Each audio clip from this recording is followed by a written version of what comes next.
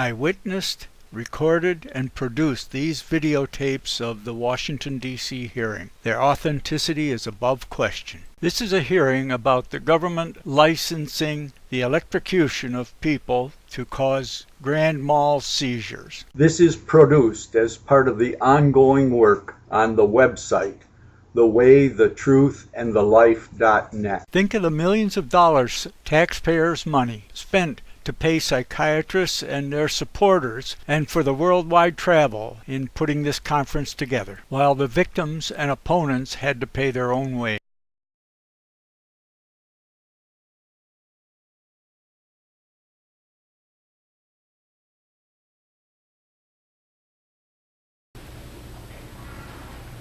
I move on then to discuss neuroendocrine theories, and I would hasten, for those of you who are familiar with literature, to stress that I'm not relating to those studies which have harnessed neuroendocrine probes as a means of testing neurotransmitter function. I'm talking about those theories of approaches, those theories which suggest that the antidepressant effect of ECT is related to neuroendocrine changes per se, as well as to, or to some extent related to neuropeptide effects. It is well known that ECT relieves the symptoms of severe depressive mood, particularly those accompanied by vegetative symptoms, and vegetative symptoms which are strongly hypothalamic in their nature, such as sleep disturbance, appetite disturbance, libidinal disturbance, and so on. These symptoms are clearly reversed by ECT, and it is the patients with these symptoms that are most likely to respond to ECT. A third tenet upon which neuroendocrine theories of ECT action rests is the fact that ECT induces a spectrum of opiate-like responses in rodents. It sensitizes rodents to opioid effects, enhances opioid receptor binding, and increases methylphenidate content in the hypothalamic and limbic areas. And there are also a few studies in humans which show that ECT transiently elevates plasma CTH, beta endorphin levels in the plasma as well as in the CSF. So that there is clearly a basis upon which to suggest that ECT is having profound effects upon neuroendocrine mechanisms, and hence the postulate that ECT may act by releasing a hypothalamic or pituitary peptide. A number of critical tests, I think, lie ahead for this particular theory. The first is the demonstration that such a peptide exists in fact and is in fact released. The second is the fact that there is as yet no clear demonstration that any of the peptides under intensive study have definitive marked antidepressant effects which have been established in controlled situations. However, I believe that certainly this is an hypothesis which has credence and which merits intensive study in the future. I move on to neurophysiological mechanisms, which of course is the biggest grab bag of all the grab bags that are officially created this afternoon. ECT has definite effects on the permeability of the blood-brain barrier. This has been shown both in rodent studies as well as in humans.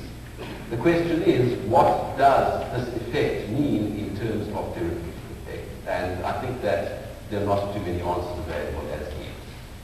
There's a very old finding regarding increased EEG slow wave activity, and a suggestion that this may be cholinergically mediated, and that clinical response may be associated with slow wave activity and may be obliterated or may be done away with by the administration of anticholinergics, which remove the increase in slow wave activity as well. I move on in 3 and 4 to a rather intriguing new series of approaches which has been put forward of late, which suggests that the antidepressant effect of ECT may be related to an action to reduce neurometabolic activity in certain specific areas of the brain. And this is supported by evidence showing decreased regional cerebral blood flow to certain areas of the brain, and is also supported by a body of clinical data, which I think is by now firmly established, and that is showing that with a course of ECT, there is an increase in seizure threshold.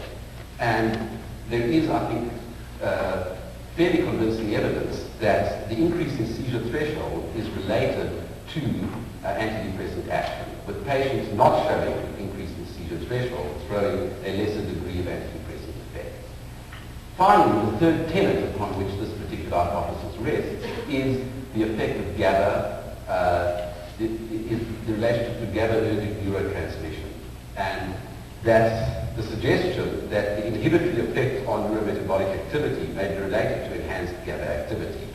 A recent article in Science, in fact published just a week or two ago, suggested that in fact an opioid-like factor may be involved. A paper from the Water Institute published showing that the transferability of a factor which resulted in a reduction, in an increase in seizure threshold from rats who were given ECT to rats who had not been given ECT, which could be blocked by naloxone. At any rate, I certainly cannot do justice to this particular approach in the short time available, but certainly it is one which will merit close study in the future. And finally, I move on to look at possible neurochemical effects of ECT and how they might be related to the mechanism of action of treatment.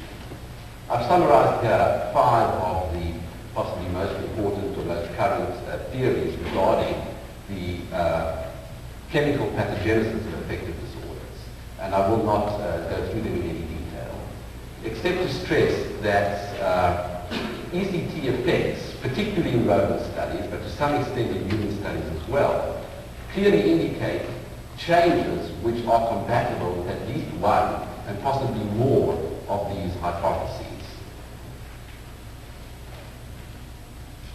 This is simply only a partial list of those neurotransmitter receptor systems which are altered by repeated ECS, electroconvulsive shock. The noradrenergic system has profound changes which I will discuss: serotonin, dopamine, acetylcholine, GABA, neuropeptides, and opioids. I will not discuss in any detail. Simply systems number 1 to number 4. First of all, looking at the noradrenergic system. Repeated ECS enhances noradrenaline availability, as do both tricyclic antidepressants and MO inhibitors, by increasing the synthesis and release and by inhibiting reuptake. The evidence for this is strong, although the effects of ECS to block reuptake are less than those of the other agents. Repeated ECS and MO downregulate postsynaptic beta receptors. And finally, intact brain noradrenaline pathways are necessary for the effective ECS on brain serotonergic and dopaminergic function. Finally, there's still definitive evidence lacking from human studies as regards noradrenergic effects. Looking briefly at the serotonin system, here again there is substantial evidence that ECT induces major changes. ECT enhances the sensitivity of forebrain serotonergic neurons, and these effects are clearly related to the noradrenergic action of the treatment, and there are also, particularly through the work of Koppen et al. And also some more recent studies, quite strong suggestions that these effects occur in humans too. As regards the dopamine system, the relationship to antidepressant effect is by no means definitively clear, but certainly ECT has major effects in increasing the sensitivity of dopamine receptors and may well have a clinical correlate in the action of ECT in L-dopamine non-responsive Parkinson's disease. Finally, changes in the cholinergic system are induced by ECS, which I don't have the time to discuss in any detail, but which may be related both to the antidepressant action of the treatment and also to the possible mechanism of the amnestic effect of electroconvulsive therapy. Finally then, this will be the last slide. Looking then at a summary of the current status of these various approaches. I believe that as regards approach 1 and 2, there is really little supporting evidence to indicate that ECT may act by any of these ways. The neuroendocrine hypothesis has suggested clinical as well as neuroendocrine correlates, but certainly requires a great deal of further study. For the neurophysiological approach, there's supporting clinical and CBS data, clinical in regard to seizure threshold, as well as an potential animal biochemical correlate in the GABA system, and possibly two in the opioid system, as recently shown. Finally, it would appear that the strongest candidate for explaining the mechanism of action of ECT is in terms of the neurochemical effects of the treatment. The close relationship of ECT effects to those of monoantidepressants such as TCAs and monoamine oxidase inhibitors, and the presence of supportive human data. Finally, questions for future research. I think that this quote from Seymour Ketty is indeed sums things up well. And that is that there really is no great difficulty in demonstrating effects induced by ECS, be it in rodents or be it in humans. The importance lies in demonstrating not in demonstrating such changes, but in attempting to discern which may be related to the important antidepressant or amnestic effects and which are irrelevant to these. And certainly, the future, as far as research into the mechanism of action of ECT goes, is clearly dependent upon a close interaction between basic and clinical researchers, developing, finding and developing effects that are demonstrable in animals, and clinical researchers seeking support for the fact that these effects are indeed demonstrable in humans and have a relevance to the way in which the treatment acts. Thank you. Thank you very much.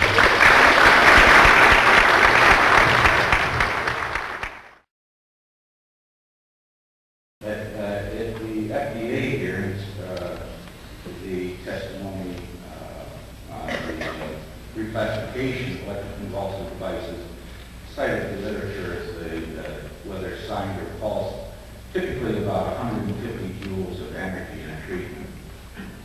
With the new Thymatron electroconvulsive device, if you check out at 400 volts maximum of 0.9 amps and 320 some millisecond pulses.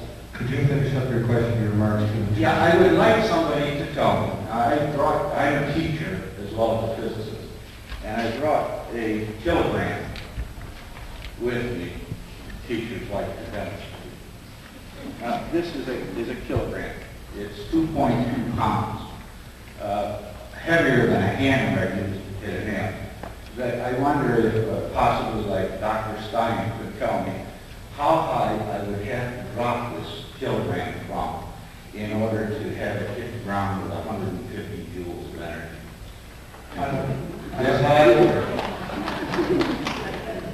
I don't know if that question is in the purview of the panel, but that should be your point. Well, just a minute. I'd like to go on to the next question. This is only 10 joules of energy. You're talking about dropping it from higher than a 5-story building. That's physics. Supposedly in pre-med backgrounds. Thank you. I never got it. All right, out with your gum. Huh? Out with your gum.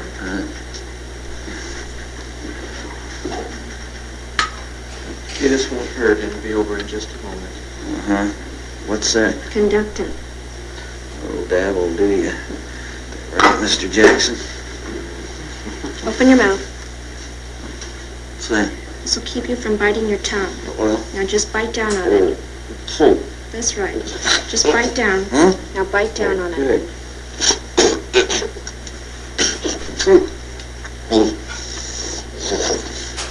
Are you ready? Here we go.